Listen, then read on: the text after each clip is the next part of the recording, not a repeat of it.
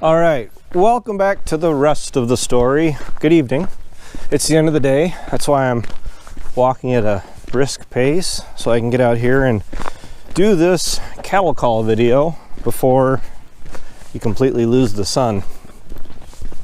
So the rake, I think, which is appropriate for the cattle call video because it is needed for making hay and a feed for the cattle. First crop will be, this will be huge. We're missing one yet because they sent us a tooth that was manufactured wrong. It didn't come with the loop on it for these clips.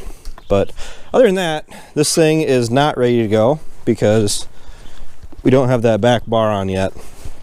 We can replace that bar for $140, or I could go through, and which is what I would rather do, but you know, dollar signs.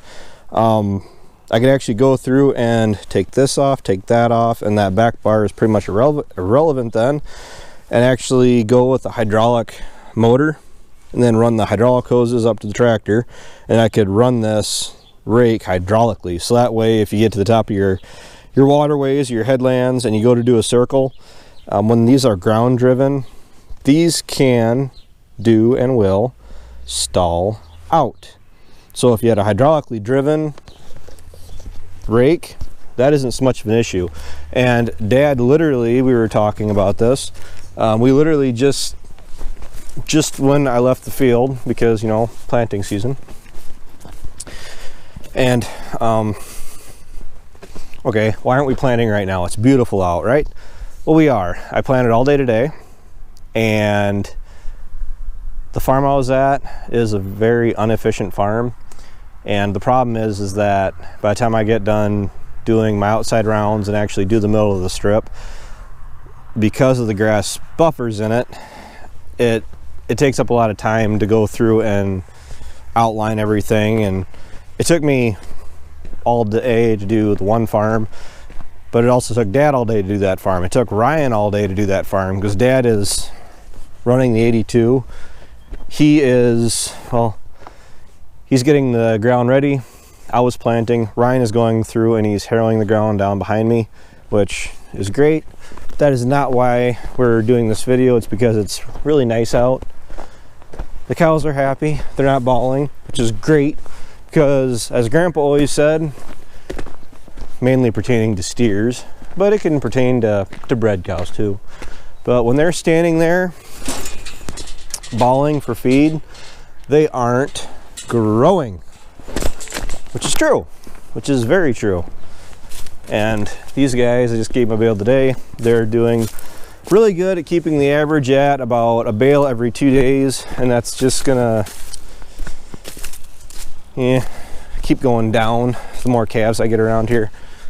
So everybody's pretty mellow. I don't get to do my daily, well, I do. I actually check the cows morning and night, but I don't get to like really actually see who's getting close to calving. So like this little girl, I didn't know that she was about to happen until she happened. So this is actually my first heifer. Yeah, not exactly, you know, the red calf I was hoping to get. Hey babe. But they're happy, they're healthy. She's small, calving ease. I haven't had any issues with any cows yet. I'm gonna just go ahead and say yet. But actually I should do a quick head count. 1, 2, 3, 4, 5, 6. That's right, 6. We are at 6 calves. And this one this morning is the one that I'm trying to get out here. I don't know if she's gonna let me catch up to her or not, but is the one that sixth time is a charm. I finally got what I was looking for. We do have the little tan calf over there, and I know it's getting dark enough. The camera's probably not picking it up, but I got that little Charolais cross something calf. We got this little guy right here. So we got bull, heifer. I don't know if you guys can see her or not. Heifer, bull. That's the first guy. He was about 2 weeks earlier than everybody else, so he's huge. Or he looks huge compared to the little guys. And to be honest, that tan heifer over there, she's built pretty thick too. She's all muscle. But look what we got here. Well, we got all 4 red cows, sure, but oops, I'll knock him over. Yep, we got 2 little red calves, which is awesome. The problem is my first little red calf was a bull. And they don't like me, which makes sense because their first interaction with humans is me tagging them. But before we went out and started planting this morning, I went ahead and, you know, I always got to keep eyes on these guys. And brought the 4-wheeler out, checked everybody. Granted, there isn't a whole lot of room to hide. I mean, she actually was just right up there in the corner. They seem to like that part of the pasture. I don't know if it's just defense mechanism or what, but they get as far away from the buildings as they can, or at least their feeding area, and that's where they tend to calve. She seems all right. Need to go through and get them all sprayed down because they're losing their hair, which they're actually starting to come back from that. But what we got right here is our sixth, I can't talk tonight, 6th time is a charm, and the cow's kind of skeptical of me. It's fine, I would be too. We got a little red heifer. So it goes without saying, well, even the tan one with the white spot in her head, I'm in herd expansion mode, which means unless they are complete blockheads and give me like plenty of reason to go ahead and send them down the road, turn those hooves into cash. As long as it's got 4 hooves and a heartbeat and is able to produce a calf, it gets to stay on the farm. And as of right now, out of 17 expected calves for the year, I mean, I haven't had 17 calves ever. That's the biggest herd I've ever had personally, as far as bred cows. My last herd, consisted, no, I was up to 12. So the most I've ever sold out of my own raised calves was 12 feeder calves. But we ramped that number up because we went and bought those cows. These guys are giving me a workout. I wasn't planning on having to actually chase them across the pasture. We did some pretty serious herd expansion. I went from 3 bred cows, or 2 cows and a heifer that was supposed to calve. This is a good reason to walk your pastures though, or walk your fields too. I went from 3 to 17, and 17 isn't my overall number. I actually had 2 heifers, feeder heifers right now. And here's that little tan guy, girl. Blue tag means heifer. Even the mama cows, they're still wearing their barn tags. I'm planning on running them through the chute again, well, for the first time for me, and I am going to tag them. Everybody's going to have blue tags. I do want to go ahead and get a brander, and I want to brand all of my heifers when they go through the chute for the first time. I want to do it when they're young yet, or not like this big, but like 400 or 500 pounds, and brand them because I want them over that stress. You don't dare do it when they're older and you're trying to get them bred back, or they are bred, because there is that concern where they would abort the calf. So needless to say, all the mama cows got a free pass.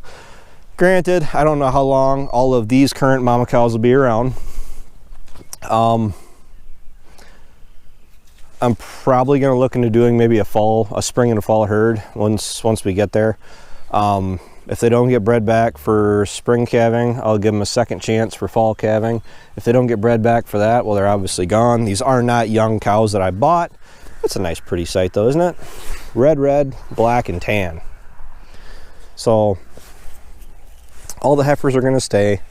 She needs a tag. I didn't have a tag for her, otherwise I could have grabbed her. She's a little bit of a joker right now. I mean, she was, well, between last night and this morning, she was up hopping around having a blast, and come on over. Come here. Yeah, I don't know. I like having cows, if you can't tell. I like raising crops. If I have to choose between crops and cattle, I will choose crops over cattle. But between corn, beans, hay production, because I will be having hay to sell, I'll be producing way more than I could ever afford to, well, that I could actually manage to feed out. But at least it is an option. That's part of why I got these cows now. But between corn, beans, production hay, cattle, we are getting very diverse, and being able to weather these low times in our current situation as a country. So, I mean, number 35, I mean, he is thick. But imagine if he took a run at me, yeah, he'd knock me out. Knock me over at least, but that's the problem. The pasture is too small. Feed usage is going to skyrocket. Especially once we get more calves down in here.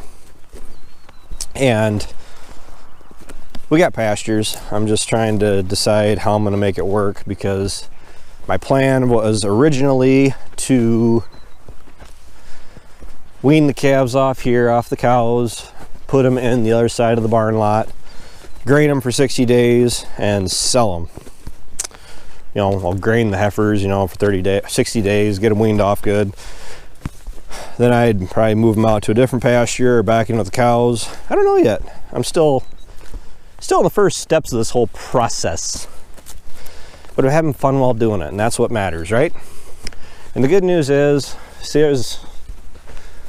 when I say blockheads, that one right there, that's a blockhead. Now, she's not terrible. She doesn't like people. I mean, granted, there's a lot of people I know that don't like people, but a little concerning. Just that out of everybody that I've tagged right now, she is the only one that legitimately took a run at me.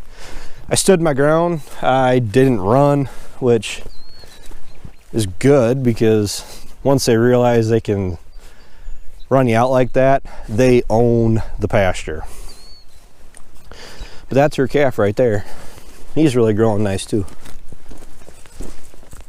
So, if you haven't noticed, or anybody's thinking about trying to ask, the bulldozer, when they rebuilt the waterways, which are all seated in right now, we had them come up and pushed in the tree pile.